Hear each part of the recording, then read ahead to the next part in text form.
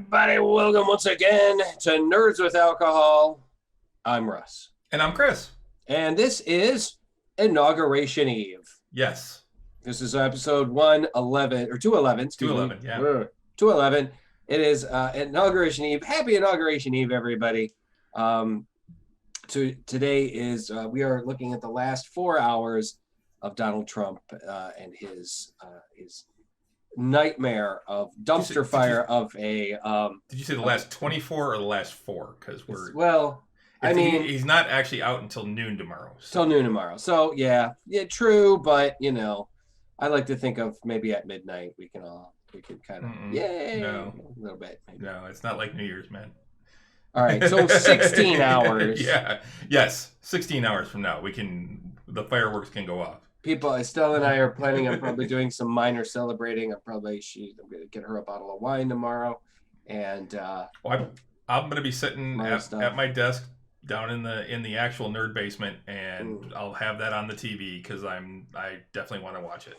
Right. Yeah. Good to make sure that I get up in time to watch it tomorrow because and most of the time I don't really give that much of a shit about the inauguration, but there's just something about this one. I was reading an article about about how ridiculous Trump is being about the various traditions. Oh yeah, that he's completely saying fuck off to. They are all of the things that he's supposed to do that normally traditionally he would do, welcoming the next president in. The first lady normally shows the upcoming first lady around the White House. Right. Exactly. It's just all stuff that's been done every year for every switch of power until because he's a toddler. Yeah, it's just awful. The whole situation.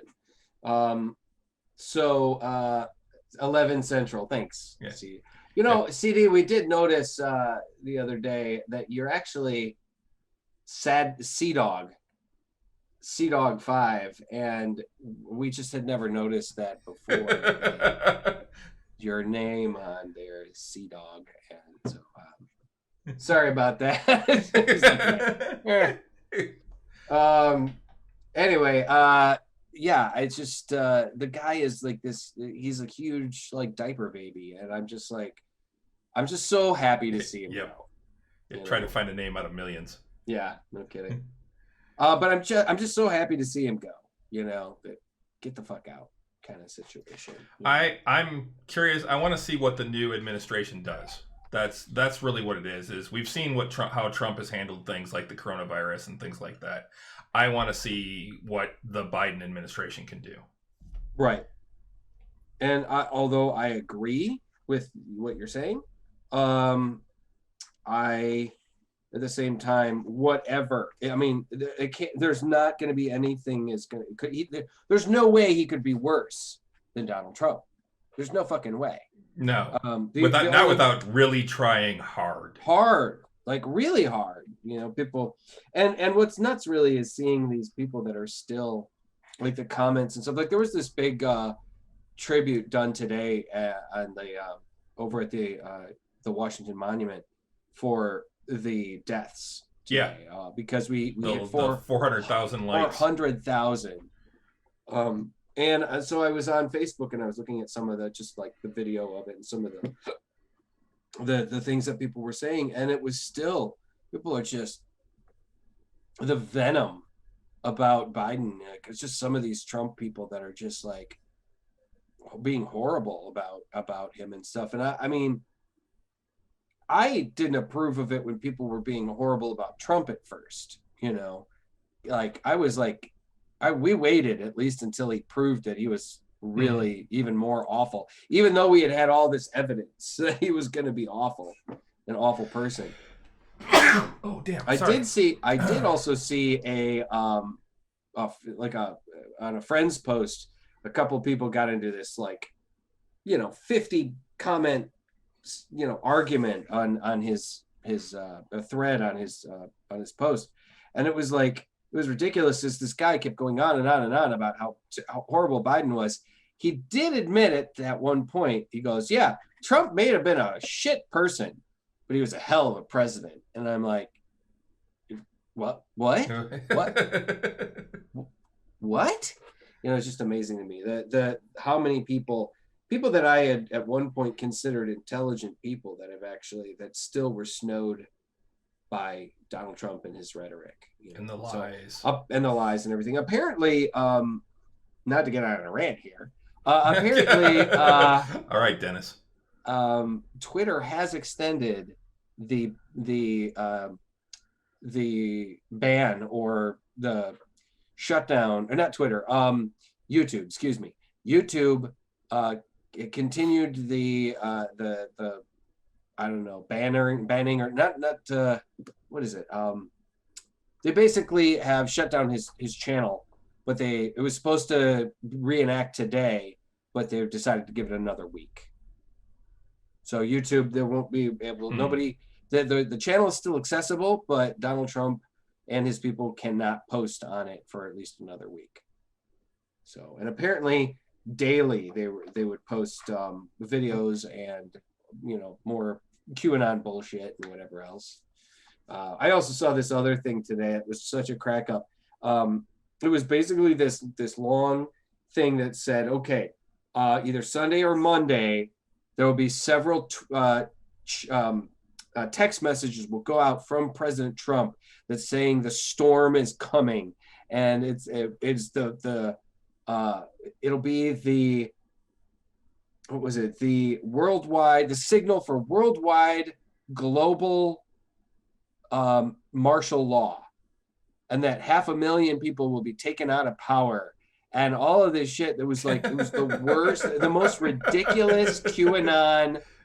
Holy shit! Like the military have around the world have gotten together, and this is, and Donald Trump will, you know, the new world order stuff, huh? Yeah, essentially saying that Donald Trump is going to be like the new the world ruler and whatnot. Wasn't, I mean, the new world order supposed to be like Bush or something like that?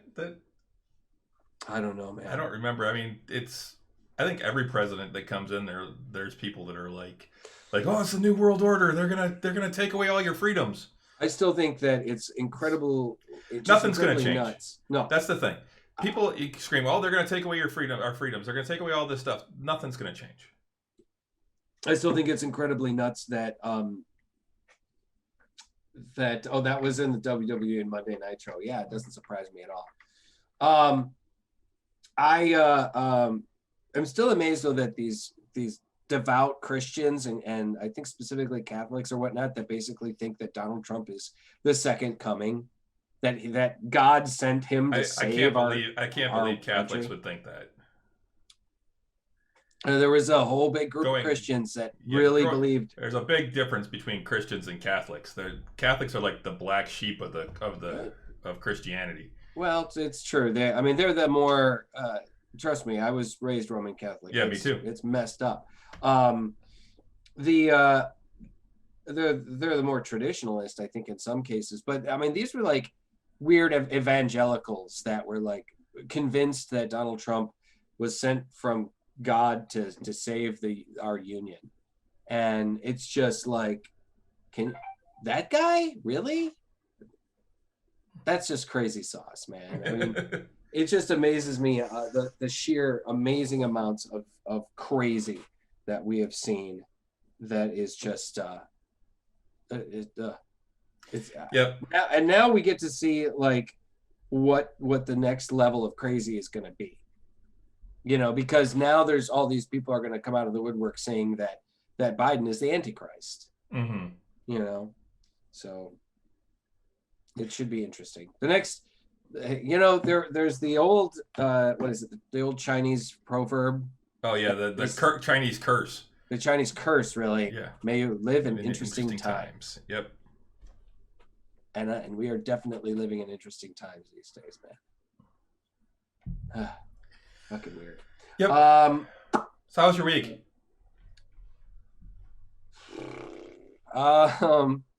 It was okay. It was okay. I mean, it's you know, I'm not working right now, so I have a lot of free time, and I mean, I do have to eventually, like, I mean, I've got enough saved up that I could, if I don't get unemployment, that I could probably tough it out until parade starts again in probably around Mayish. But it's just some of that stuff is a little worrisome.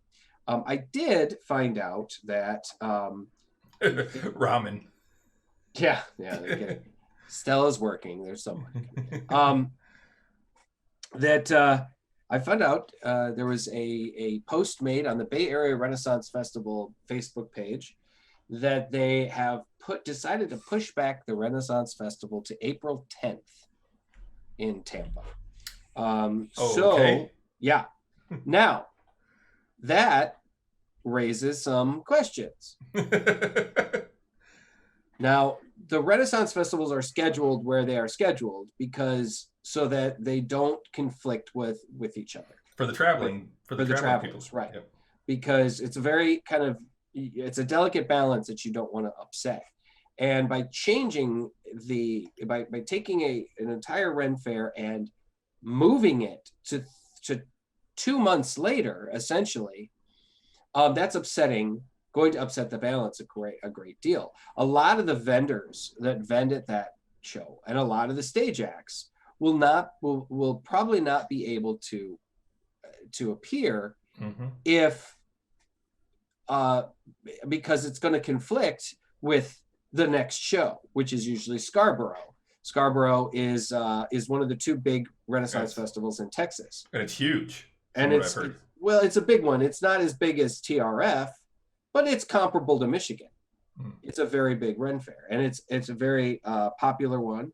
People really like it. I've never been, but I've heard it's beautiful. And I've heard nothing but good things about it. Right. I've always heard really nice things about Scarborough Ren Fair.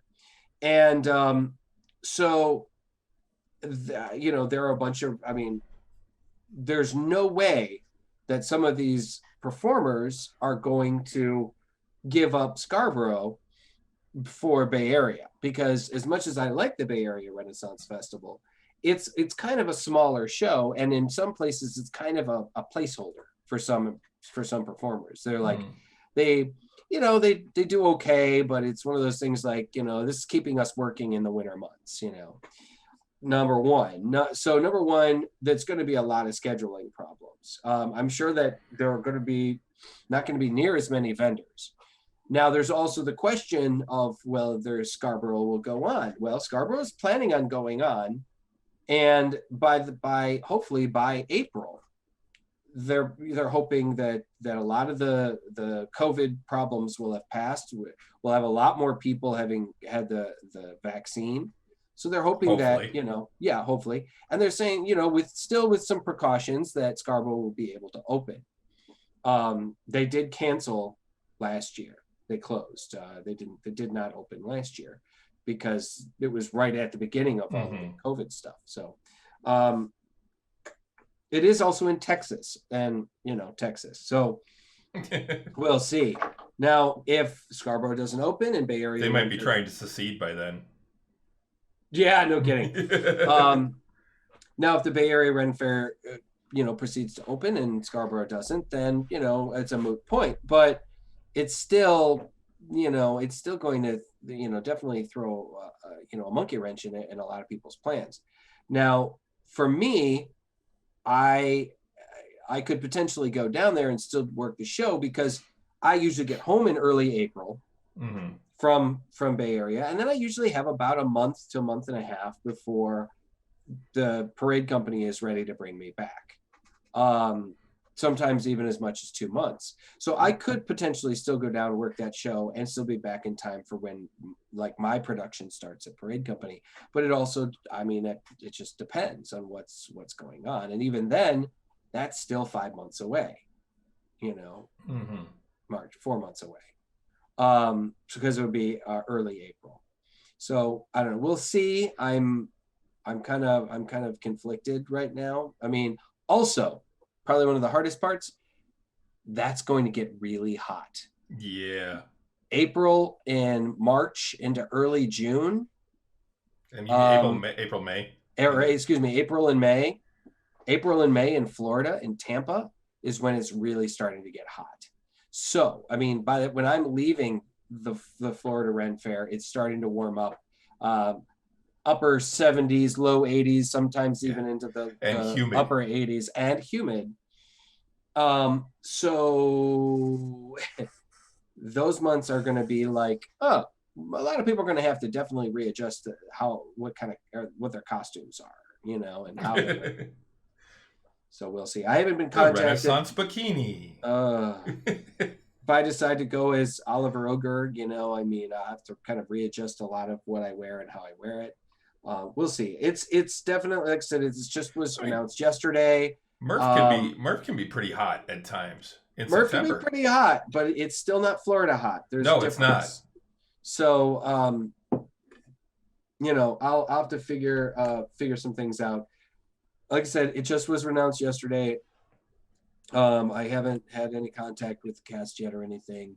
So, I mean, honestly, I would probably have to adjust how we do the makeup a little bit too. We'll have to go with all alcohol-based makeup because the sweating will be a lot heavier. But I don't know. We'll see. Yikes. But that was my week, essentially. I mean, other than our game on Friday. Yeah, we had our game on Friday. Which was great. Yep, that was a lot of fun. You guys killed your first dragon. Yeah, and, holy shit. I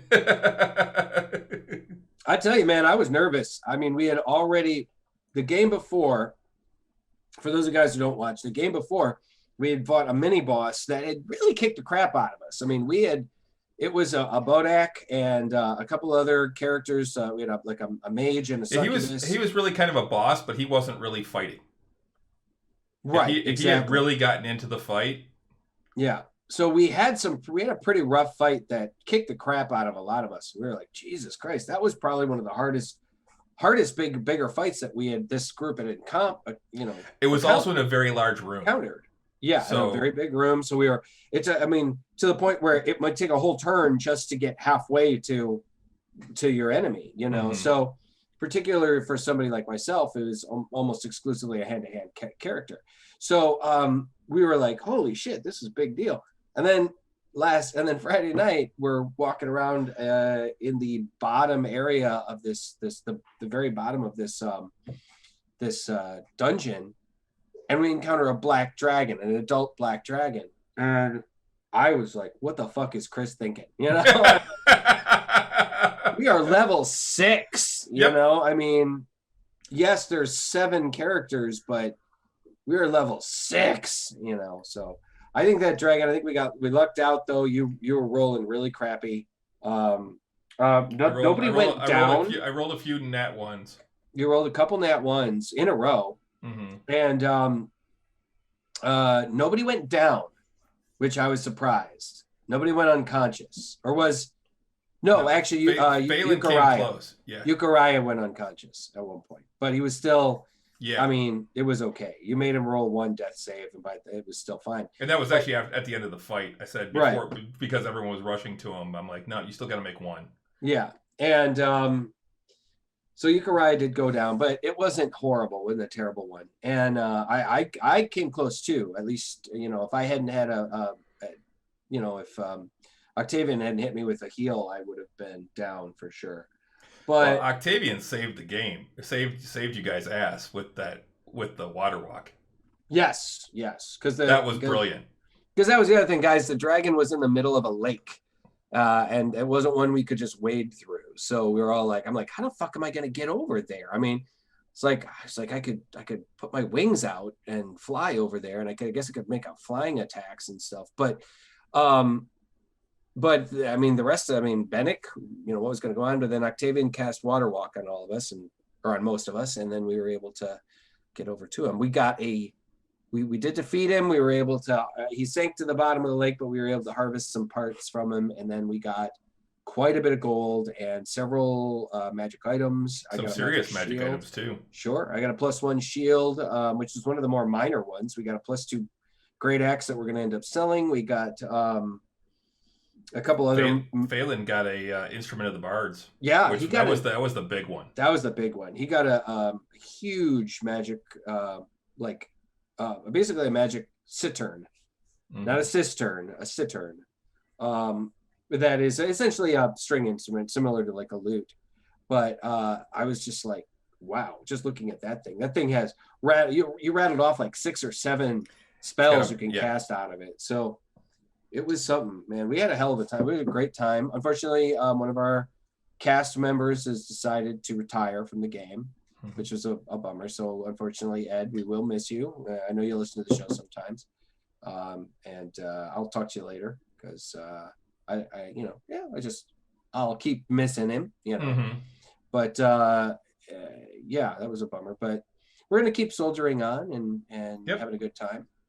And now the only like kind of true veterans are you and I, really. I mean, Ian's been playing for a while too, but he's not near as old as we are. So. Yeah, well, I think Ian's been playing for like 3 or 4 years. Is only. Oh, really? Yeah. So yeah, we're the two vets. I'm the old man in the group there, kind of the gold player. And now you whippersnappers. I did say. I remember when D&D when dwarf was a race and a class. I remember when they gave you dice that you had to fold up and color and I remember having to factor out what Thaco was. Oh, Thaco. Good old Thaco. Everybody remembers Thaco. That was great. He didn't have a suicide tech. No, the funny thing is actually Bennick, Ed's character Bennick was one that delivered the killing blow. Yep. So I was like, God, Ed, you picked a bad day to not, to back out because his character definitely did some serious damage. I don't know exactly. Chris had said I don't know exactly what his plan is, but Bennick is going to, kind of fade into the background, but I believe you've got plans for him to show up or something, or maybe he won't necessarily be around, but the door is always going to be open for him to come back. Right, that'd be great. It'd be great, Ed, if Ed can come back and as a guest star or whatever. Actually, a friend of mine wanted to ask me if I was available tonight to be a guest on his D&D podcast thing, and I'm like, sorry, man, doing my podcast, man. I'll pretty much. Tuesday's the only day I don't have, that I'm kind of booked. Yeah. So that was the other thing about the Ren Fair too. I was thinking like maybe I might try and pick up like a retail gig or something, just like a part timer. And if I do that, and then when parade starts, maybe just kind of have work weekends or something until festival or whatever. I don't know, but that kind of throws that plan into the, if I gotta leave in 2 months, what's the point? Yep. So you keep going out of frame, by the way, like half out of frame. I know. I keep because I'm all over the place tonight, guys. The other thing for me for this week was curling started back up Sunday. Oh, that's cool. Yeah, not really, but I know you like it. It's still not really curling, and I had seriously shuffleboard on ice, right? What's that? Well, shuffleboard on ice. Yeah, it kind of is. You got one sweeper, but that's not really the thing, and I can't sweep any rocks, and it's not the same. But I actually had a discussion with Renee about the possibility of not even going back this season, and whether or not I even wanted to go back next season. I kind of liked having my nights back. Sure. I mean, it was a pretty big investment of time. Well, especially since I'm actually running one of the leagues now. I'm the draw master for Sunday. So that pretty much is my Sunday. From 3:30 until 9 o'clock, pretty much, I'm at curling. Because there's 2 draws, and it takes up my whole day. Right. And then I curl on Thursday nights as well. So this week will be our first night back there. But I don't know, it's one of those things where I still enjoy it. When I got out there, I had a great time. I really do still love the game. I'm still not sure about this year just because it's not the same. Right. I had seriously thought about just dropping it for this year and going back next year. Well, maybe just wait until COVID's over, man. I mean, well, and that's the other thing. That's part of it too. I mean, we don't have the bar. We don't have the camaraderie. We can't sit around and talk afterwards, that type of thing. And that's the stuff that I really enjoyed for curling was the the hanging out with people at the club. Right. Yeah. The social aspect. Yes, the social aspect. I mean, I'd go up there, like on a Wednesday night if I had nothing else going on. Mm-hmm. I'd stop in and have a beer or two and watch some curling, watch the leagues play, and just talk to the bartenders and the people that were there. I just thought it was so fucking nuts when I finally actually walked by the place and went, holy shit, this is his curling club. You know, like we were walking the dog and I was like, wait a minute, you know, because you'd always talked about it. Yep. I knew it was in Ferndale and I was just like, holy shit, this is where it is. I mean, yeah, I told you it was right there in your neighborhood. I know, but I just had never really figured out exactly where it was. And then all of a sudden I did. Oh, hey, I did want to mention to you, I was watching some of the feed from the Friday show that you just posted.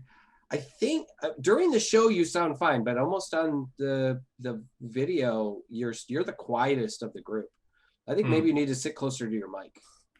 Well, yeah, my mic's way up here now. What I really want to do is I want to raise my monitors up so that I can have my mic sitting right here, right in front of me, is what I really want. But it's kind of hard to do that when I have limited desk space. Right, exactly. I don't know. Maybe I could just like sit closer to it or something. But because it does seem you're kind of quiet on the video. Yeah, maybe this weekend I'll try rearranging my desk around. It means disconnecting everything and running because all the cables run underneath the desk. Right. And so I got to disconnect everything and then reconnect. That's why I haven't tried that new monitor my future brother-in-law gave me, because a bigger monitor. I haven't put it on and connected it to see how good it looks or whatever, because I'd have to like disconnect everything and move everything around over here. Like I said, I know you guys don't see it, but the room is kind of a mess. So I've got to, I got a lot of cleaning to do. I've been so lazy. Like I've got a list on my whiteboard of shit that I got to do, and that I made like, I don't know, maybe in mid-December. And I've gotten a couple of things off of that list, but there's some big chores, and I've just been like, look, Cyberpunk 2077 is a very addictive game. It is. Renee's actually upset because we're doing the podcast tonight, so she can't be playing right now. Oh, why can't she be playing? Do you guys play it together or something? No, she'd be sitting right here behind me. Oh, I see. There's nothing saying she can't play the game behind you while we're doing the show. It'd be a little weird, but that's right. You guys are playing it on the computer. Yeah. I actually didn't play at all yesterday. I did a bunch of stuff around the house and worked on some artwork, and I didn't play any gaming today. I finished up the event for Mech Warrior that was going on that ended tonight. And then I played a little bit of Cyberpunk today after work. I'm loving the game. I mean, like somebody on Facebook. It's still glitchy. It's still glitchy. Of course. I went into one place in Japantown, and there's this chick standing through a couch with her arms out like this. Just oh really? Yeah, just standing there. Her feet are through the couch, and her arms are out straight out from the sides. And I'm like, well, so you got somebody it's like T-barring or something. Yeah. I haven't seen any of that. I have not seen any of that. I did see, how you see the vehicles flying in the air sometimes. I saw one go straight into the ground, like went through the ground at one point. I'm like, what the fuck happened there? And sometimes, like, my biggest problem, other than the occasional crash, my biggest problem is when I am moving too fast for the game. Like if I'm driving really fast, or if I'm running really fast and the game can't catch up, and then you got to stop and you got to wait like 20 seconds for the game to kind of catch up, for things to render. All of a sudden shit just appears. But sometimes it cracks me up too. The pure physics of the game is like nuts at times. You be driving along and just the way your car moves, you're like, whoa, that would not have happened that way. Yeah. Or sometimes like all of a sudden, like something will just, a car will just drop out of the sky because it renders for some reason it rendered in the wrong place, and it just like boom. And then the physics of the game take over, and the car falls and crashes. And you're like, yeah. And you're like, what the fuck just happened? You know? Renee had a guy blow up in front of her, and then all of a sudden, it was on the street, on the sidewalk, and somebody goes walking by, and his leg starts getting dragged down the street. Oh, really? Yeah. I was yeah, a friend, a cat, like one of my Facebook friends, like posted, is 2077 still worth it? And most everybody was like, yes, absolutely, still worth it. It's worth playing the game. But almost every single one still was like, but it's still buggy. You know, you might want to give it another month or something like that. You know, because we should be getting the new patch. I think it's 1.1 soon. It's either 1.07 or 1.1 real soon, within the next couple of days, because they announced it last, I think, a week ago today, and saying that it would be within the next 10 days. So we're supposed to be getting the new patch like any day now. And let's see, does it say 107 will likely release on January 15th or January 22nd. Okay, so probably the 22nd then. Yeah. Because we were past the 15th. Yep. So the 22nd, that's a Friday, right? Mm-hmm. Yeah, yep. Friday. Yeah, it's Friday. And they're saying some pretty substantial fixes, and then another patch to follow that, which will have even more fixes. And like I said, I mean, the problem with it rendering not quick enough on my system just comes from the fact that they fucked up and didn't make it so that it was good for the current gen systems. You know, it's like, I've been hearing that it runs very well on the PlayStation 5, and they are saying that we'll be seeing that it's still running backwards compatible. Mm-hmm. It's running the PlayStation 4 version on the PlayStation 5, but the PlayStation 5 is so much more powerful that it's able to produce, you know. But they are saying the upgrade is coming this summer.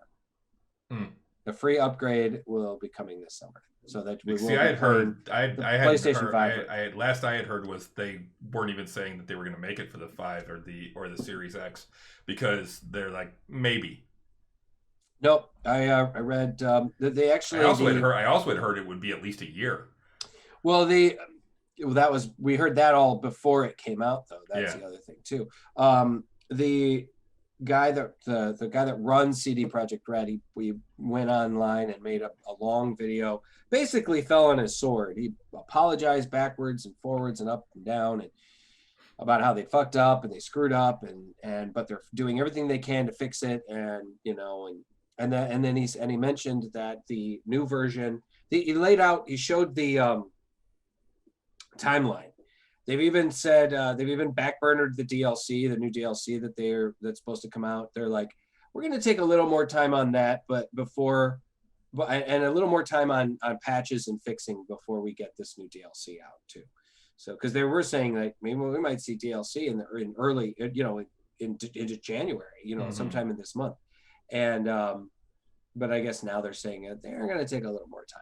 So, which I think is probably wise. I'm willing to hold off on DLC for a while. There's still a lot to do in this. Yeah, game. There's still. I mean, I've done 9% achievements or something like that. And I've played for this particular game. I think I'm at 48 hours in.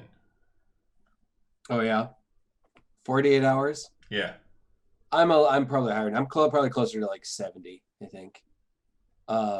But you know, like I said, I have a lot of more free time to play this game than you do. I'm enjoying the hell out of it. I still think it's fucking fantastic. It's just like, yeah, you might have to deal with some weird graphics issues. Yeah, there have been a few times when I've walked up on an NPC and they haven't fully rendered yet, so they still look like that kind of creepy, ghostly kind of thing, and then all of a sudden, bink, they have a face, you know. See, luckily I haven't run into anything like that. I just get like floating guns or floating cigarettes or things like that. I have seen that a few times too. Yeah, once I get through this initial playthrough, I'm probably going to take a break until I can get the next playthrough I'll do on the next big system, because I do have a bunch of other games to play and games I want to revisit. I'd like to get back and play Red Dead Redemption 2 again and maybe do some more of the online stuff. And I've got about, I'd love to play some more Skyrim again and Fallout 4 again and Fallout 76 and Renee said she had someone smoking a cell phone. smoking a cell phone. That's hilarious. That's fucking funny. But I still, once again, I absolutely love the game. Yeah, Absolutely love even with the glitches, the game's Yeah. still a lot of fun. Yeah, absolutely. So what are you drinking? Oh, what am I drinking? I am drinking. Let's do that before we get into too much. I'm drinking this again, Mackenzie's Apple Crisp. Great cider. Mackenzie's is a great brand. I actually agree with you on that one. I had one of those today, and that is absolutely spectacular. Yeah. Mackenzie's is a great brand. They've got a really great product. It's a 5.0. It's a nice, standard 12 fluid ounce bottle. It's a really nice, sweeter cider, but not syrupy sweet. It's very much like, kind of reminds you of a dessert, apple pie kind of thing. But I'm really loving this cider. It's got kind of a like maybe looks like a apple strawberry crisp cobbler on the front there with a big scoop of ice cream. Yeah, it looks like apple, but it looks like it might have strawberries on it too. But and it's just it's got this really, it's just really, really great. Contains 54% juice. Be sure to tell Euchariah. It's got juice. But anyway, Mackenzie's is a great product, and this is a really great. I think this is their winter seasonal. I'm going to see about getting maybe a little bit more before it's gone, but this stuff is really great stuff, and I highly recommend it. What about you? What are you drinking tonight? I am drinking a beer from Founders. I've had this for a while. I picked it up specifically because it's pretty much the beer that Renee and I have won awards for at homebrew competitions. It's a chocolate raspberry stout. It's called Big Luscious. And it's a stout brewed with chocolate and raspberries, and that's the bottle there, Big Luscious. Oh, nice. Okay. It is 7.8% ABV. It says a rich and robust stout serves as the foundation for this decadent dessert beer. Raspberries lend a tart and refreshing sweetness, while the addition of dark chocolate takes it to an indulgent level. Big, yet balanced. Big Luscious is perfect for sharing with friends and family, or you can keep it all to yourself. We won't tell. It is a dessert beer, I will say that. It pours darkest night, and holy shit!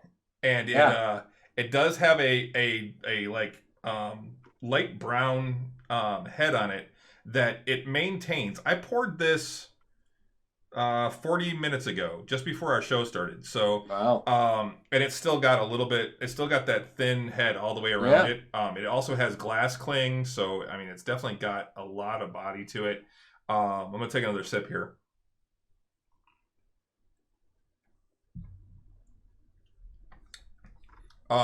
It's warmed up some, and I gotta say, I actually like it better now than I did when I first had it. This is actually only the second time I've had this. I had it when I first got it, and I didn't really care for it. I thought it was a little bit too tangy. This now, it seems to have balanced some. Maybe it's that it's a little bit warmer, or that it's just that it's aged a little bit. But it's got a good blend of chocolate and raspberry. I think the raspberry is a little overpowering. But overall, I think it's not bad. It is tasty, but again, it's very rich. This is definitely not a beer that I could sit and be drinking all night long. This is one where it's after dinner, I'm sitting down, I'm relaxing, I'm going to sip on a beer for the next, hour or more, and just sip on it. Or I'm going to split it with Renee and I'm going to sip on it for a while. It's good. I'll give it like 3.75 bottle caps.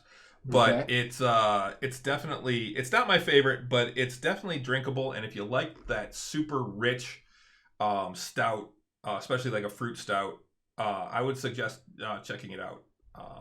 But yeah, Big Luscious by Founders. Pretty good. It's got a lot of chocolate aftertaste. I'm getting all like dark chocolate on my tongue after I take a sip. It's just all that's sitting there now is dark chocolate, and it tastes delicious. Okay. So you were gonna say something else that you saw?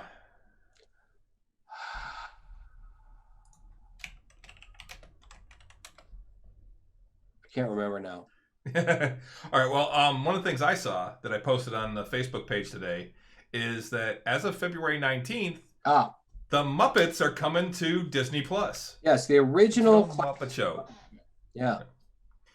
And they said that the first 3 seasons were released already on DVD. Well, on DVD, but the 4th and 5th seasons have never been released, and they will also be available on February 19th. Oh, that's cool.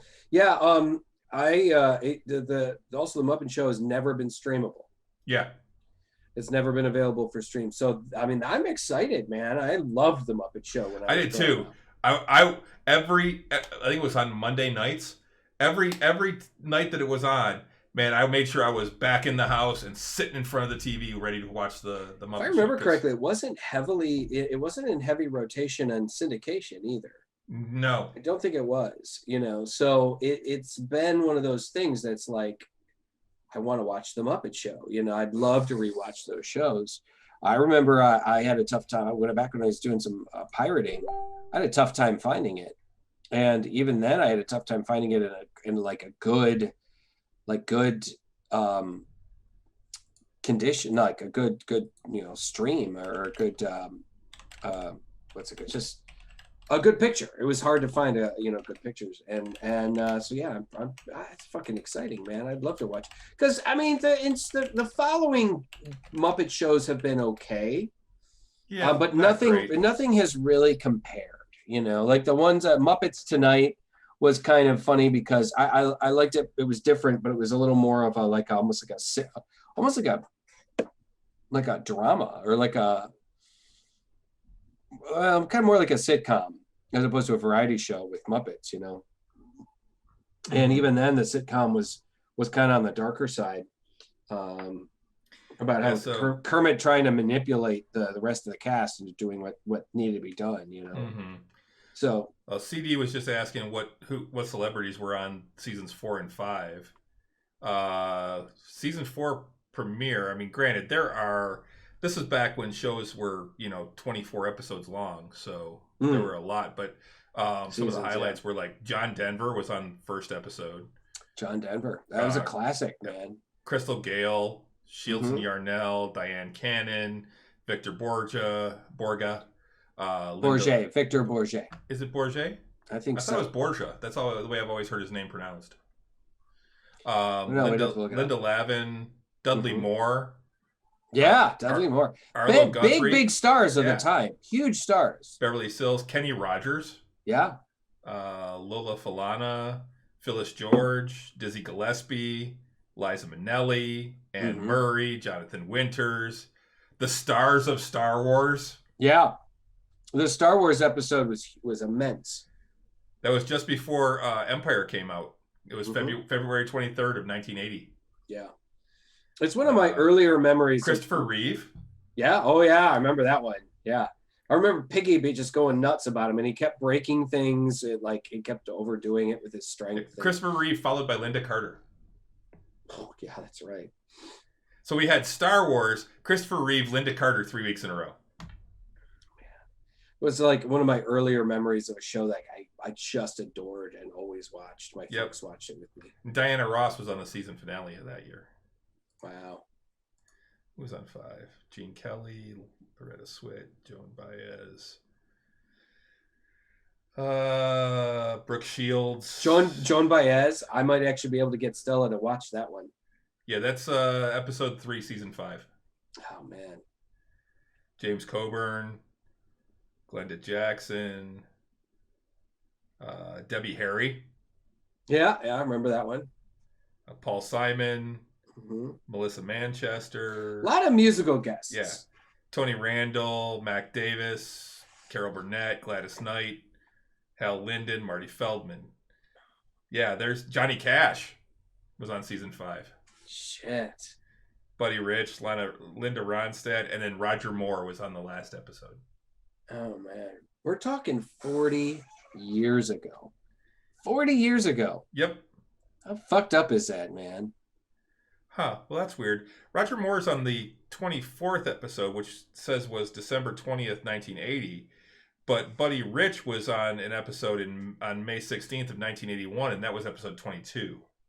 Maybe they were on a hiatus or something. But they flip-flopped episodes, too. They're not in the same order. So was this a Fox show?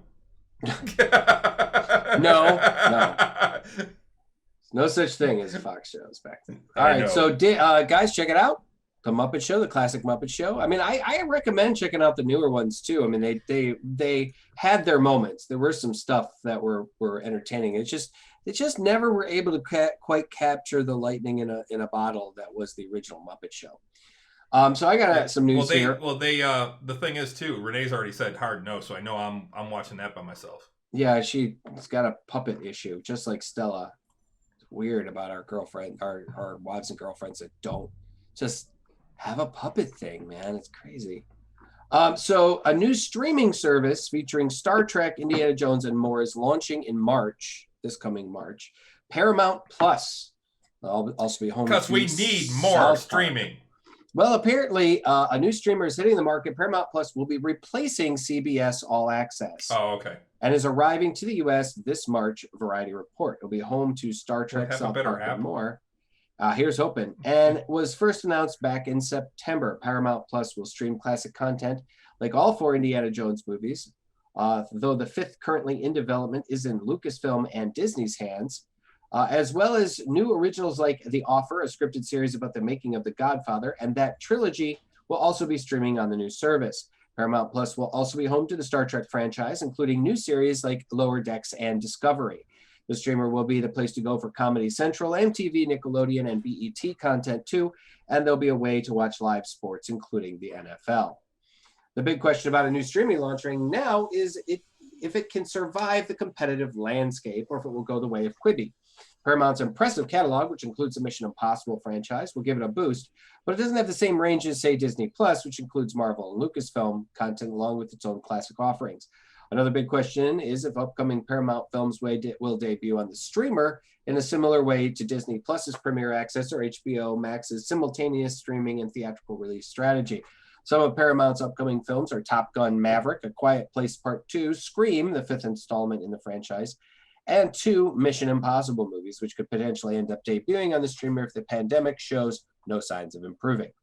Plus, Variety reports that CBS All Access currently has around 8 to 9 million subscribers, which is pretty low for a streaming service.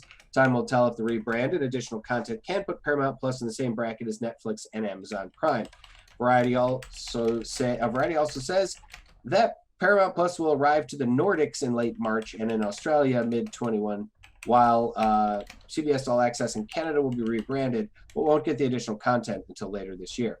This does suggest an eventual international release plan, at least, but not currently set for UK launch. Paramount Plus launches in the US on March 4th, 21. Until then, check out our new that's just something else on the edge thing.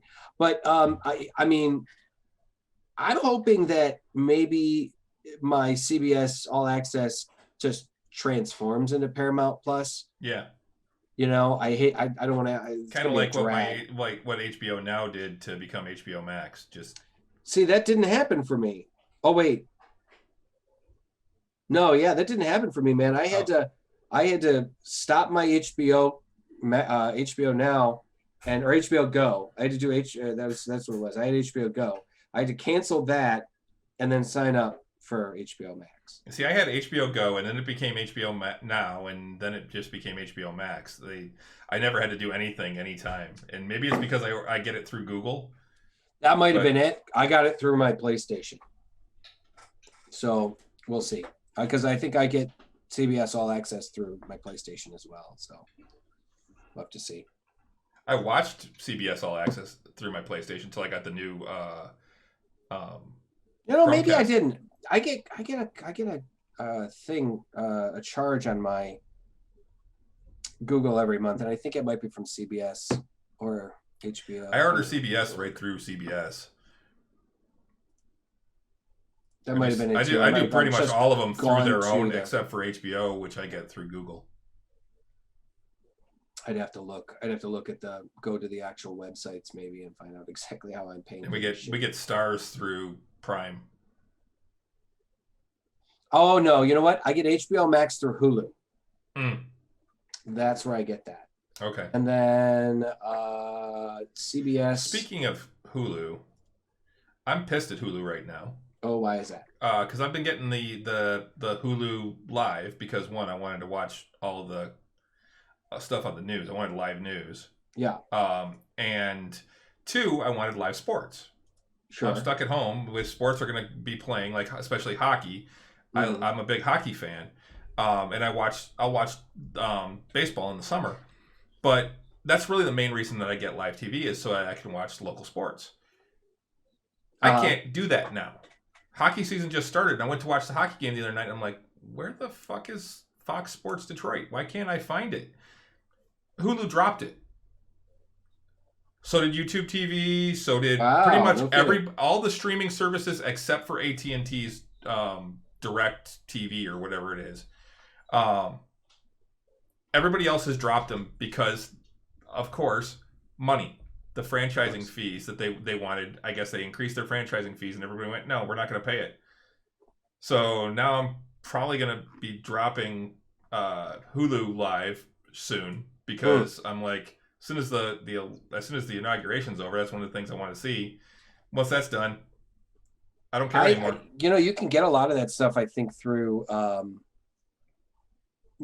maybe through HBO Max. I think you can get some live stuff through HBO Max and on the Peacock as well. Well, yeah, but you can't get like local sports. I get my soccer through Peacock. That's one of the reasons why I've got the premium Peacock is so that I can watch soccer games. I can watch the English Premier League games. Okay.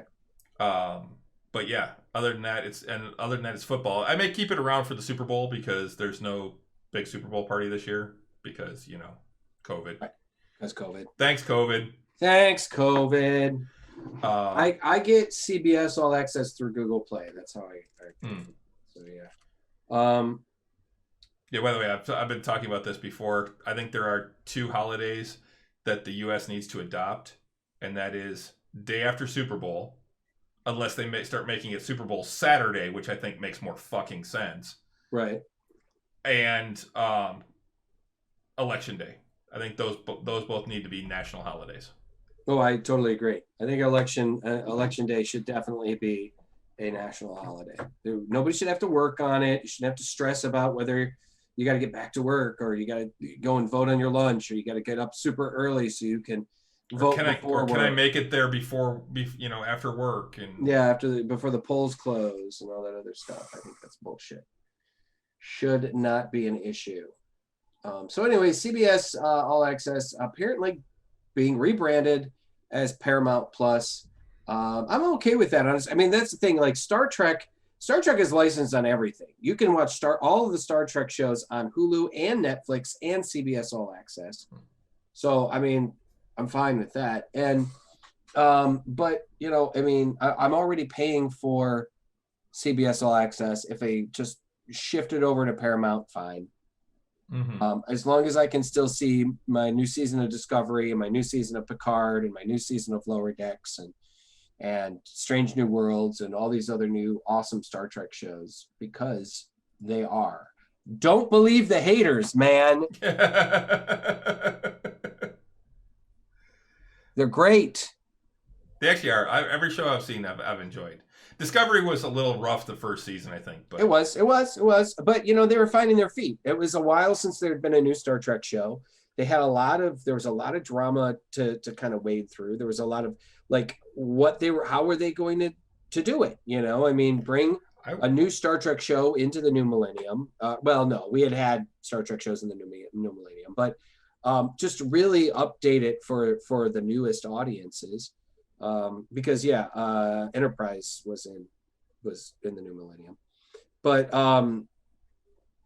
it'd been a long time since we had a new Star Trek show on TV. Well, they had a lot of stuff to kind of wade through, and I saw They did. a tweet the other day, just a couple days ago, about how it was 25 years ago on this date that Voyager premiered. Yeah, isn't that crazy? That is crazy, man. But speaking of rebranding, the DC Universe launched its comic book thing, where they've launched even more comics. Oh yeah. Now that all of the TV shows have gone off of that service and gone over to HBO Max, like Titans and Young Justice and Stargirl and stuff, And Doom Patrol and Doom Patrol, they all do have. They have it only on. I mean, the DC Universe streaming app now is exclusively comics. Yep, it's $8. Well, $7.99 plus tax per month, Right. Or $75 a year. Right. I'm not going to get it. I'm not going to get it. No. I was so unimpressed with the way that they did the comics in when they had it. Yeah. When they had comics with the other, when they were doing it before with the shows, that I have no interest in getting it. I mean, if you're only going to give me 3 or 4 and then skip 3 or 4 and give me 3 or 4, that's not what I want. Right. Exactly. It's come on. I've read all the X-Men. I got to get back to those, but I've read all the X-Men from when they started in '63 all the way through to or '64, all the way up to, I think I'm around 1990 now. Mm-hmm. That's awesome, man. I mean, that's a lot. It's a lot to read. Mm-hmm. Yeah, and a lot of that stuff, I'm in the 200s somewhere now. A lot of that I'm stuff past where I was collecting them. Right. A lot of that stuff wasn't good, or it was good, but it was what it was. Yeah, and part of it, the I'll tell you what, any comics written in the 60s, Spider-Man or X-Men or whatever, they are hard to read now.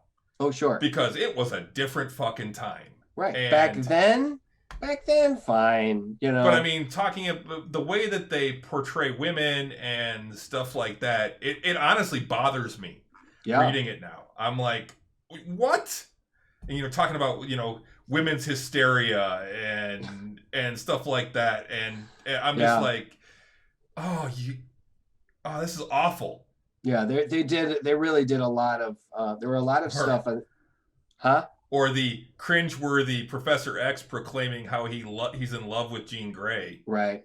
Ew. Yeah, there were a lot of things that back then, particularly, that it was just things you just wouldn't do now, and yeah. So although they were wonderful for what they were at the time, reading them now is a little difficult sometimes. It definitely is. Well, and then there was the whole thing where the X-Men pretty much were gone through a large chunk of the 70s. Right. They just reprinted the originals. For every couple of months. And I believe the original X-Men actually only ran like 90 some odd issues, and then they were canceled for quite a while. And then in the 70s, when they introduced the all new X-Men with Wolverine and Colossus and Nightcrawler and Storm. Well, they ran the original X-Men and then they reran the original X-Men. Right, exactly. With new covers. And then they introduced the second class. Right. Exactly. So it was where they had to go looking for the first class. Exactly. Yeah. They were the team was assembled to go and try and rescue the original X-Men plus like Polaris and Havoc and the couple of extra ones that they had kind of gathered. They actually had to rescue them from Krakoa. Krakoa is now a major part of the story of the that's where the nation, the mutant nation is now on the island of Krakoa. Oh yeah? Yeah. I thought it was on what you call it? Genosha? Yeah, no. I thought they had taken over Genosha. It was a long time ago. Oh, okay. Genosha had been destroyed. They've done some amazing stuff. I mean, it really is where I'm at. Stuff. Speaking of Genosha, where I'm at in the X-Men is actually where they're introducing Genosha. Oh, okay, sure. I mean, it's like I said, they've done some really really awesome stuff, particularly of late. Yeah, But the X-Men are still in Australia at this point. oh wow, yeah, that's the '80s. Yeah. That's '80s stuff, man. If you're reading when they're in the outback and stuff, yeah, for sure, awesome stuff. Yeah. But yeah, definitely during Madeline just got turned by Sinister. Sinister. Or, okay. Yeah. Yeah, back in the old days, man, it was really that was. I mean, the '60s was a tough time for that kind of. Like I said, if you read them back then, they were awesome, because that's what you had. But now, if you go back and you read those now, it's a little harder to read. Definitely harder to read because they did things back then that we don't do now, or they had opinions back then that we don't agree with anymore. Mm-hmm. I do recommend, if you don't have it, I do recommend the Peacock as a decent streaming service because it does have a lot of great stuff on it. And the nice thing is it's even if you don't pay for it, even the free version of Peacock is pretty good. Yeah, it's got some good stuff. Although I started watching The Office again. It is on the Peacock. And I'm really kicking myself for not watching it when it was on Netflix because now I got to deal with fucking commercials. And I'm like, right? You know what? I watched one episode and went, can't do it. Because you're spoiled. Yep. Because you're fucking spoiled. That's right. Oh, I can afford the big fancy Hulu with no commercials. Dude, it's worth the $5 or $4. I'm sure it is. I get premium Peacock, or I get Peacock, the paid Peacock with commercials through. But I get a free one through you get it through because you got Xfinity. Xfinity gives us one, and I'm like, that's pretty cool. I mean, it's got the What We Left Behind documentary. The Star Trek Deep Space Nine documentary is on it, which got 100% on Rotten Tomatoes, by the way. One of the few times that has happened. It's got some really great movies. I'm just kind of scrolling a little bit right now here, but the Peacock's got some really great stuff. And for those of you guys don't know, that is the NBC streaming service. Brave New World was a good show. Yes. Yeah, I haven't watched it, but I heard good things. They've got Psych. They've got the Peacock has all of a lot of the Sci-Fi Channel stuff. Yep. Which I'm really happy about. Yeah, I want Renee to watch Warehouse 13 and Eureka. Right. But we've got to get through Farscape first, which isn't on there. That's on Prime. Yeah, because I actually own the entire series too. So yeah, well, that's the thing about the Sci-Fi Channel stuff. Sometimes it really depended on the studio. The one I haven't seen anywhere, I-Man. What? I-Man.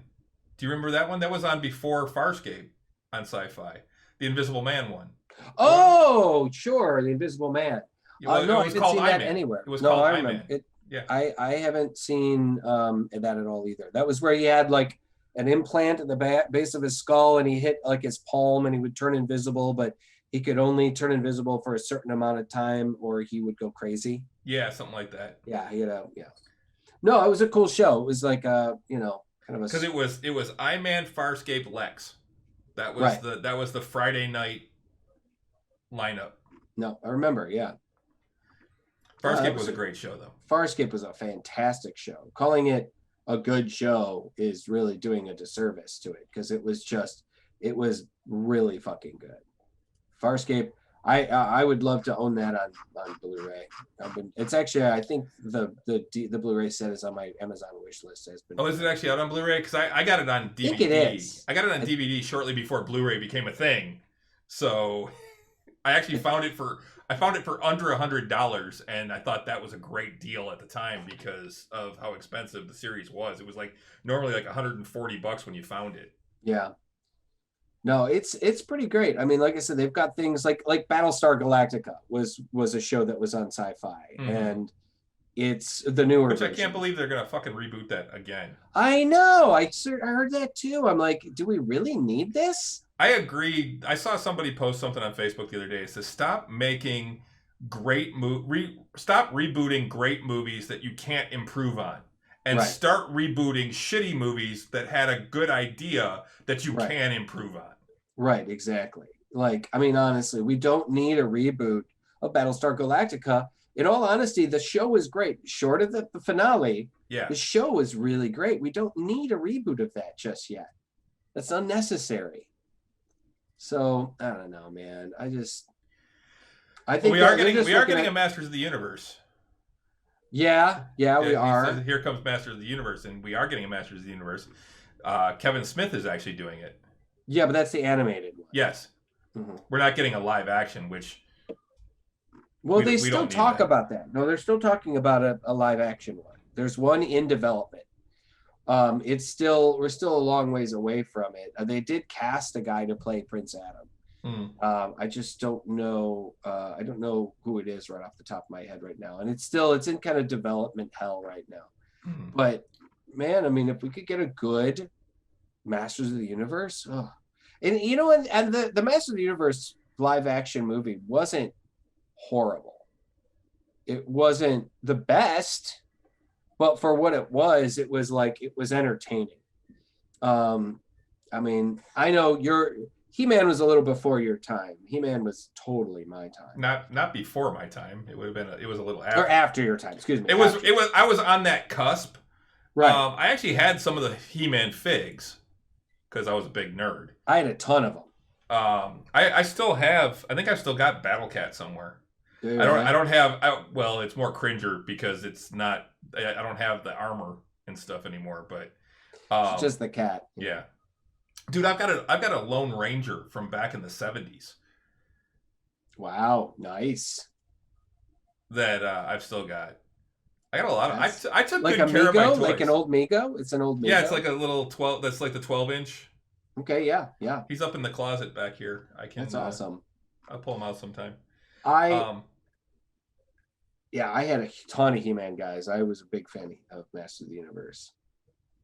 He-Man, Star Wars, and the Transformers. Yeah, see, for me, it was Star Wars. My brother was more He-Man and Transformers, which specifically Transformers. He would save up all of his allowance and buy a lot of Transformers. And I didn't have a ton. I had maybe about a dozen, maybe a few, maybe like 15 Transformers, but I had a lot of He-Man. Yeah, I had some G.I. Joe too. I didn't get into I had the original G.I. Joe, the one where you pull and he would say stuff, and the kung fu grip. Yeah, my parents wouldn't get me into G.I. Joe mainly because it was like, look, you're already into Star Wars, you're already into Transformers, and you're already into He-Man. 3 is enough. And I'm like, all right. I could not like argue that. So the Peacock actually has a lot of these like lower budget sci-fi movies that you can see on the Sci-Fi Channel that are really fucking terrible. Yeah, the Sci-Fi Saturday Night movie. Yeah, like we used to do a bad movie night over at my buddy's house before COVID, of course. But we would get together on like Friday night and we would watch a bad movie. Yeah, and then we'd see what was on Sci-Fi and watch whatever that was. Like Lord of the Elves, Apocalypse Earth, Mega Shark versus Mecha Shark, Mega Shark versus Giant Octopus. Expanse is on my list. CD that's on Prime now, I think. Oh yeah, Prime. And everyone I know raves about how good that show is. Yep. It's absolutely awesome. I haven't watched all of it yet myself, but I watched the first season and it was really fucking good. So sorry, go ahead. Back to these bad movies. Oh, just like they got the whole Sharknado series, don't they? Probably. It didn't come up on this part of I'm just kind of perusing movies on the Peacock app here. But there's a lot, man. There is a lot. No, Sharknado's on Prime. Oh, okay. There's so many of them, though. But I don't know if it's free on Prime. Oh, yeah, it is subscribed. So you get it free on Prime if you subscribe. I don't see why not. Sharknado. It's not like they were like high-end films, man. those were terrible. I watched like the first three. I haven't watched any. Ugh, I watched the first three just kind of for shits and giggles, and I kind of went. The fourth one happened. I'm like, you know what? I just can't watch any more of this. This is, I mean, it's gotta be bad. I'm like, I've got so many other things that I could be watching right now. I think I'm gonna do that instead. Oh man. Time to reboot Sharknado. No. No, we really don't need that. Well, do you have anything else you wanted to really get into? Because no, I think that's about it. I think other than what we had just certainly we're going to talk about. Yeah, and I think we got about 20 minutes left. Right. But yeah, I definitely wanted to talk about the new show on Disney Plus, WandaVision. WandaVision, yeah. I gotta say, just straight off the top, 2 thumbs up. Loving the show. Yeah, absolutely. I people are like I've heard some complaints, people complaining that it's boring or that it's moving slow or what the hell is this all about? And I think I'm at a what the hell is this all about, because it's me trying to figure it out. Right. I'm like, so first off, the opening of the first episode was fucking brilliant. Yes. The fact that they do the Marvel thing and then it goes black and white, it goes to 4:3 ratio. Yeah. And it goes to mono sound. Yes. I'm like, that's fucking awesome. Fucking cool. You know, I also there were a lot of people that were comparing it to Lucille Ball, because obviously what they're doing is, you know, somebody or something, probably the Scarlet Witch, has placed the Scarlet Witch and the Vision in a simulacrum of a sitcom. And the first episode, it's going through the ages. It's like all the sitcoms. Right. The first episode is very specifically early sitcom. Now, I heard some people say that it's very Lucille Ball, and I'd say that it's closer to the Dick Van Dyke Show, which was a bit later. Mm-hmm. The Dick Van Dyke, and from what I understand, they got Dick Van Dyke to be a advisor on the first episode. He was and he had no idea the MCU was as successful as it has been. He had no idea. They were like, he was talking to Kevin Feige, and Kevin Feige was like, "Oh yeah." He goes, "Well, what I heard I heard you guys are doing pretty good. I mean, what did you put out recently?" He goes, "Oh well, more recently we put out Avengers Endgame, which is the biggest movie in the world ever, the biggest movie ever." And Dick Van Dyke was basically, "Oh wow, that's really good for you. That's great. Wait, the biggest movie ever." You know, like, I shit you not, I was reading that. And so yeah, they got Dick Van Dyke's like 94 or 95. Oh, yeah, he's not watching the Marvel movies. He's up there with Betty White. You know, he's pretty old. And I've always loved Dick Van Dyke. I think he's one of my favorites. I've always thought he was Chitty Bang Bang. Oh yeah, and Mary Poppins, and I mean anything he was in. He's always been great. So anyway, he was an advisor on the first episode. And so, yeah, we've got basically the Vision and Scarlet Witch living in these sitcoms. And the second episode is very much like Bewitched. Is it take off? Well, they even do the whole beginning where they're flying through the air, and it's very Bewitched. Right, the animated opening of Bewitched is very similar. Because the opening's different in each of them. Right, yeah. The first one is they just got married and they're living in suburbia and in Westview or whatever it is, and they go out there. Now the other thing is that I love the stuff where they're confused as well, because they don't have memories of a lot of things. Right. Yeah. They're don't like, wait, we got married, right? Yeah. We got married. When did we get married? What was our song? What was our, do we have rings? The neighbor keeps asking questions, and so does the boss and his wife when they come over. They just rattle off questions, and they're like, ah. And then, like, when Vision goes to work, he's like, what do we do here? What do we do here? Yeah, that was great. It's like, do we make anything? No. No. Do we sell anything? No. No. Then Do we what did buy? they Do we buy anything? No. Yeah, and I mean that was really great too. I mean, like him just kind of rattling through his work, and it's like you're a living computer. No, I'm not. I'm a carbon-based life form, just like everyone else. Just like you. But the other thing is they've got the commercials, and you get a commercial inside of each one. Right. Yeah, the Stark brand toaster. Yeah, the Toastmaster 2000. Yeah, and that's the only color in the entire first episode is red. The light flashing red. Yeah. Yes, and then in the second one, you see the only color you see is when Wanda finds that helicopter. Yeah, and then the end of the show where they actually go colorized. When they go colored. Now that's an interesting thing too, because Bewitched, I think its first season was all in black and white, and then after that it went to color. So it was a very kind of like, hey, this is a transitional thing. I thought it was kind of cool that she was the only one that was wearing pants, and all the other ladies were. Yeah, and they bring that up. They even bring that up. When she's talking to Monica Rambeau. Right. And I yes, when she's talking to Monica Rambeau, who's Geraldine. And then they also the woman who's playing like kind of the queen bee of the house, Emma Caulfield. Housewives. That's Emma Caulfield, who was on Buffy. On Buffy. And that was pretty cool too. She was Anya. The whole thing was really, really cool. And I'm really excited to see, like I said, where they're going to take it. Well, and so from here. In the first episode, it was mostly like setup. It was all, it was them being confused and not knowing what's going on. And then she makes rings for them at the end, and they come up with a song, and they make that their anniversary and all this. Because it's the whole dinner with the boss, which was a very common theme back in the old sitcoms. Right, exactly. Like gotta impress the boss. Yeah, and the neighbor, who we haven't seen her husband, but she mentions him all the time.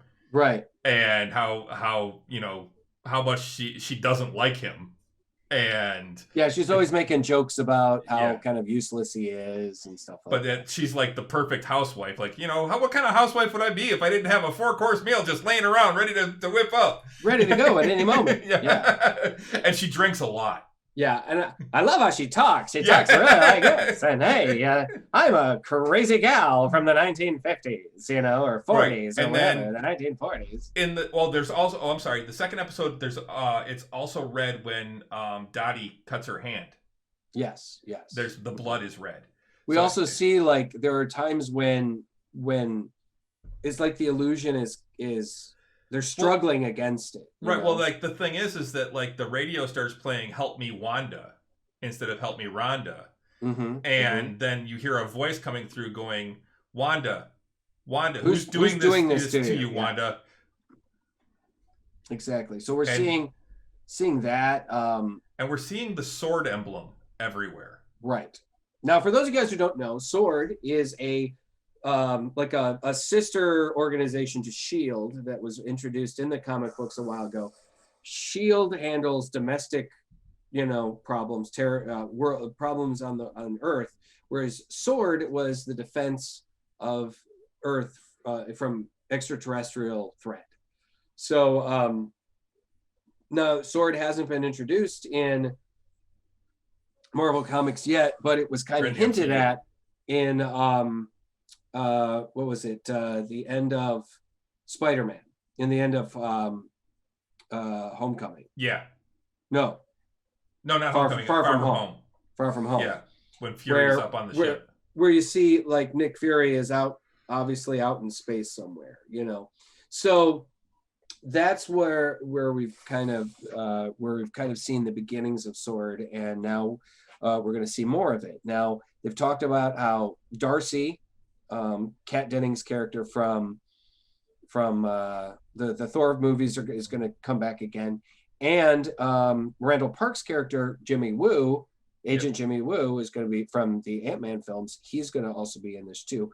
Most probably they're going to both be people that are working with Sword, and so I'm really excited to see where they're going to take that and where that's going to. Yeah. So the helicopter that Wanda finds is red and yellow, just Correct. like Iron Man's armor, Correct. just like the Vision's outfit. Oh yeah, parts Yeah, of Vision. Yes. yeah, with the sword emblem on it. Right. And Exactly. then at the end of the second episode, that the beekeeper comes up out of the sewer, Right. out of the manhole, and he's got the sword emblem on his back, it looks like. Yes. And Wanda says, no, and rewinds. Correct. Rewinds time, and then they're back in the room, and they're like, proposing, and or whatever, and then that's when everything goes colorized. Right. And yeah, all of a sudden she becomes pregnant. Well, yeah, she was pregnant earlier, actually. Yeah, or that's what it was. Yeah, she did. And I'm like, it's seeing more and more of what I'm seeing. I'm guessing that this is something that Wanda is probably doing to herself. I'm thinking that this might be. Well, I think it's definitely Wanda's idea. Yes. But I don't think it's her doing it to herself. I think someone has her. You think someone is forcing her to do it? Yes. I think someone, and I don't know what it is. So in the second episode, though, we get an ad for the Strucker watch. Correct. And it says Hydra and has the Hydra symbol on it. Mm-hmm. So I'm curious as to what's going on there. I want to see. I'm looking forward to seeing where this goes. I mean, it's only 6 episodes. So 9 episodes. Sorry, 9 episodes. So I'm actually Strucker, not Striker. Yeah, it's Strucker. Yeah. Yeah. The reference is it's a reference from the comics. Right. Strucker was one of the leaders of Hydra. Yes. Mm-hmm. One of the early. He's the one that he was in S.H.I.E.L.D. a lot. Yeah, he was also the one that experimented on the twins to awaken their powers. Yeah. Using the I think Loki's the mind gem in Loki's staff. So yeah, I mean, and in the comics particularly, he's been like an enemy of Nick Fury's for going all the way back to the war, and yeah, he was big in some of the X-Men stuff too. Strucker? Yeah, because his children, Andreas and Andrea, are the twins. The Fenris twins. Yeah. Yep. Yeah, because they are actually mutants, and he was not. So, I am totally down to see and really excited to see where they're going to take this, how they're going to do it. There's also saying there was some reference to the storyline that they had in the comics for a while ago. It was called Pleasantville, I think, or something like that. And it was what it was a new kind of prison. They had used a cosmic cube to essentially change reality in this town, and made all of the villains that were basically imprisoned there, turned them into people that lived in this town, and that they didn't remember who they were. They didn't know who they were. They were it was what they were considering a very humane way of imprisoning these people without making them a danger to themselves. Mm-hmm. And so some people are saying that that's kind of what this could be like, or this could be sort of like that. I'm like, all right. I mean, that could be a thing too. We'll see. I'll tell you what, they've put Wanda in sexy outfits in both episodes so far. That's right, they have too. Yeah, the second episode, that whole magic, the talent show thing, that was fucking hilarious. It was very funny. Particularly with I mean, she very much was essentially using her powers to do magic. Yep. And in the show, they had established, or in the movie, they had established movies that Wanda's powers. What's that? Drunk on gum. CDs. Yeah, get drunk on gum. That's funny. I mean, the Vision may not eat, but he could certainly eat something. It's not going to gum up his works, But it's a sitcom. At this point, it's a 50s or late 50s, early 60s sitcom. Yeah, absolutely. So, it was that would have been very appropriate, for the storytelling. But the Vision is a synthezoid. He actually has, his body is a body. It processes things. I mean, he has lungs and a heart and stomach and stuff like that. They're all it's synthetic. It was all made using vibranium and whatnot. But the Scarlet Witch, her powers in the comic books, they've always talked about she is a mutant and she has mutant abilities, but her mutant ability looks like magic. It is changes reality sort of in a way by adjusting probabilities. So she can manipulate probabilities to the level of where it looks like it's magic. She went so far as to even be trained in magic by somewhat by Doctor Strange, but mostly by Agatha Harkness. Now, the interesting thing is the neighbor lady is named Agatha. Mm-hmm. So, and the woman who plays the neighbor, I love her. She's so fucking funny. Now, they've also established in the movies, her powers kind of represent as some mental abilities and then a lot of telekinetic abilities. Like she can make herself fly, she can float things, she can toss things around. But they've also established alter reality. Now they're starting to say that yes, she can alter reality, that her powers are much more powerful and much more just much more powerful than what they were originally thinking. And so far to the fact that at one point Kevin Feige had said that Captain Marvel is the most powerful, hero in the Marvel universe. Mm-hmm. Now they're saying it's probably the Scarlet Witch mm-hmm. because she can manipulate reality potentially. So I think it's going to be fucking great, man. I'm really excited to see where they're going to go with this stuff, man. I mean, I think Wanda is seeing Wanda and the Vision interact this way has been really entertaining too. Well, this loving couple. Yeah, the whole second episode where they're in bed and they're in separate beds like they were in the 50s. Yeah, because Brady Bunch was the first show that showed the husband and wife in the same bed. Was it? Yes, Brady Bunch was the first one where the husband and wife were actually sharing a bed. And then the whole thing where they're like scared and the banging and she just goes shit, and the two beds go together. They go together and then she changes the bed clothes. Well, that's the thing is he goes, I like how you took the opportunity to redecorate. Yeah, and she's like, this is better, isn't it? He's like, yes, and she's like, dink, and makes it into one like king size bed. Right, and he's like, Wanda, get the light. Get the lights. Yeah. And I love that they disappear underneath and her arm's just up and you just see her go boop. Yeah. And that's the thing, I mean, she was very much it was very much like Bewitched, yes. Using her magic or using her powers and stuff like that. So that was really entertaining too, because I loved Bewitched. I watched Bewitched when I was a kid all the time. But yeah, so I'm wondering how it's going to go, because with them not knowing where they are and people questioning them all the time, that's the other thing that gets me is why are you here? What are you doing?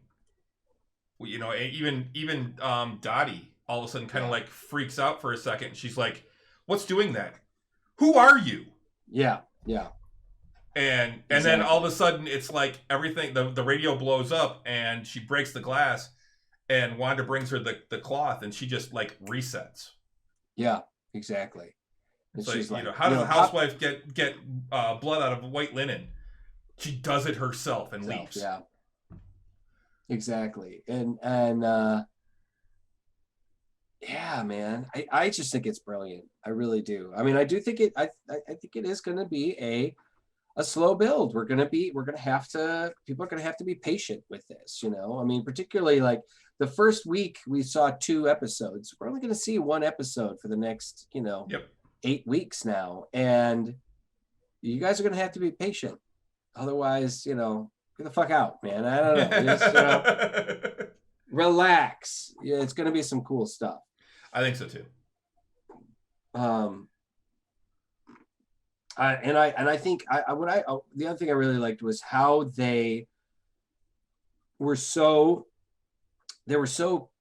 cool about the creation of the shows, Yes. There was a lot of homage to that, to those old, that old style of television, it was not just the black and white, the 10 minutes of CGI credits. That's it. The credits are insanely long. Yeah, that was kind of ridiculous. I mean, I even watched them the first time thinking, okay, maybe they're going to sneak something in here. Yeah, I watched like the first 5 minutes, and then I started fast forwarding, going, nope, there's nothing there. They're just 10 minutes of credits. Yeah. The other thing, though, in the second episode, the creepiness of the for the children. Yeah. For the children. Yeah. Yeah, and then she winds up pregnant at the end. So. Mm-hmm. Yeah, I did like how they, the creative ways that she was able to like make the magic act work, even though he kept fucking things up or, trying to cover up the fact that he's using his powers and shit like that. Oh, look, it's a rope. Yeah, they're using a rope. But you weren't supposed to see that. Yeah, they turn it into a comedy act, and you weren't supposed to see this as she's holding holding the piano. Yeah. I mean, it was super cute. Is that how mirrors work? Shut up.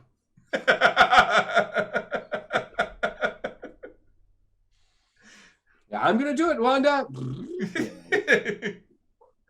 Yeah. No, some really smart stuff, man. But it's very Stepford is the way that town is right now. It's for sure. Yeah. Oh, I think you're right too. Like the way how the show was not widescreen; it was in 4:3. Yeah. And, particularly, and interestingly too, like the first episode seemed a bit grainier, and then the second episode seemed a little clearer. Like, I mean, they really did integrate those aspects of how we watch when we watch an old sitcom like that from that time, because that's the thing about black and white, man. Black and white may be, I mean, color is great, but there is definitely a crispness to black and white. Yes. There's a clearness, like you black and white photos. I absolutely adore black and white photos. Yeah, and black and white filming too can be. There's gonna be such a crispness to it, and it's just interesting to. There's a different feel to it. Like even Clerks has that feel as being a black and white movie. It's a modern movie, but it's shot in black and white, so it gives you that it gives you a different feel. Yeah. I mean, the interesting thing is he shot it in black and white because it was cheaper. Yeah, exactly. He could make a much longer movie in black and white. So, but yeah, guys, you guys got to check it out. If you've got Disney Plus, if you don't got Disney Plus, get it, and or at least go over to your friend's house that's got it and watch it. It's pretty damn cool. Wear a mask. Wear a mask. Get your ass over there. Borrow somebody's password. I don't know. Whatever you need to do. But there's some really, really great stuff. Highly recommend it.